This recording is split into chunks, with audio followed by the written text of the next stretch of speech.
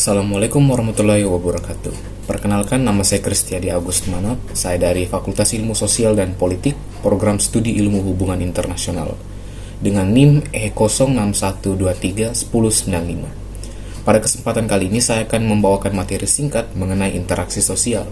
Adapun tujuan pembuatan tugas video ini adalah untuk memenuhi penilaian mid semester mata kuliah pengantar ilmu sosiologi.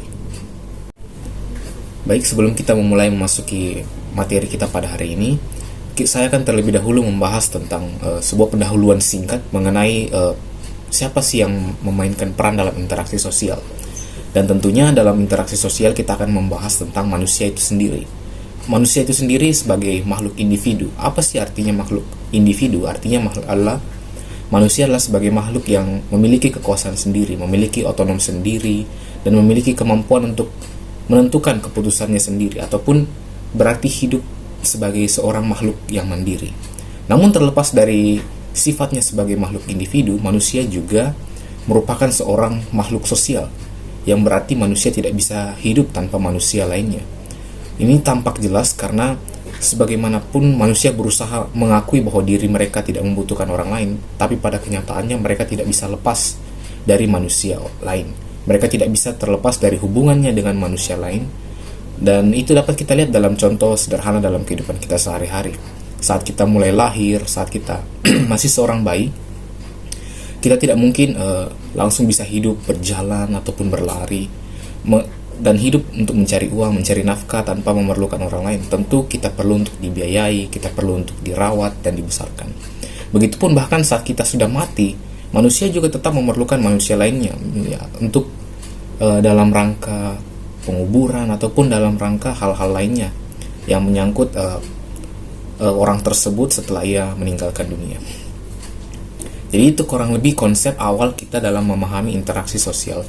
Kita akan memahami konsep interaksi sosial, bagaimana manusia itu bertingkah laku, bagaimana manusia itu mendapatkan stereotipe, dan bagaimana manusia itu bisa saling menimbulkan berbagai hasil dari tindakan-tindakan interaksi sosial mereka. Baik, kita akan mulai memasuki materi pada hari ini. Kita akan mulai dengan pengertian interaksi sosial itu sendiri. Menurut James M. Henslin, interaksi sosial adalah pola khas atau pola khusus suatu kelompok berupa hubungan individu dengan individu, individu dengan kelompok, maupun kelompok dengan kelompok. Interaksi sosial tidak dapat dilihat maupun diraba karena memiliki cakupan yang cukup luas dan memengaruhi berbagai bentuk hubungan dalam kehidupan manusia. Menurut James M. Henslin, interaksi sosial merupakan salah satu bentuk dari mikrososiologi, yakni membahas tentang detail atau membahas tentang hal-hal mendetail, hal-hal menyangkut tentang tindakan ataupun perilaku manusia secara mendasar, cara mereka berinteraksi sesama.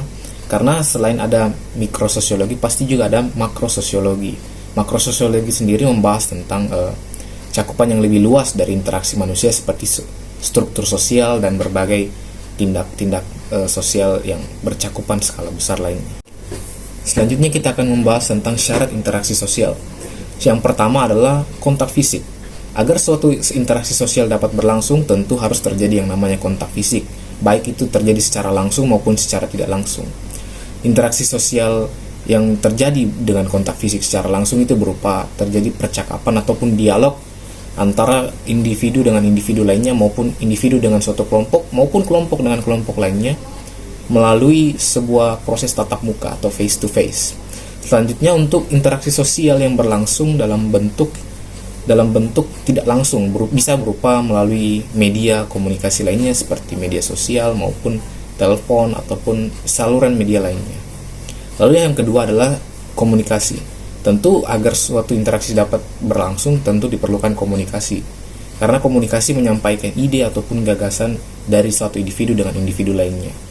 Dan komunikasi juga mempengaruhi bagaimana interaksi itu pun akan berpengaruh terhadap lingkungan sosialnya. Selanjutnya, kita akan membahas konsep tentang stereotipe, yang dimana menurut saya merupakan salah satu konsep yang penting untuk dibahas dalam memahami konsep interaksi sosial. Apa sih sebenarnya stereotipe itu dan bagaimana ia dapat mempengaruhi interaksi sosial? Mari kita lihat dalam beberapa runtutan penjelasan seperti berikut ini. Yang pertama, kita melihat ataupun mendengar tentang fitur suatu individu atau suatu kelompok manusia lainnya. Lalu kita menaruh suatu ekspektasi ataupun suatu pandangan, berharap bahwa orang ini akan melakukan suatu tindakan tertentu. Misalkan kita mengaitkan orang kulit hitam yang cenderung memiliki sifat atau kebiasaan untuk melakukan tindak kriminalitas. Nah, hal ini, pandangan ini tentu akan memengaruhi cara kita bertindak. Entah kita akan bersikap lebih siap siaga ataupun kita akan lebih bersikap berhati-hati saat berada di dekat mereka.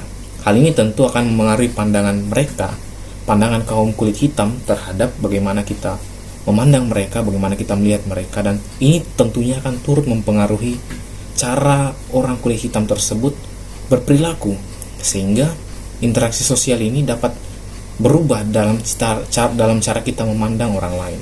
Inilah bagaimana konsep stereotipe atau cara pandang kita terhadap suatu kelompok individu tertentu itu dapat memengaruhi interaksi sosial, karena pandangan kita juga dapat memengaruhi pandangan orang lain.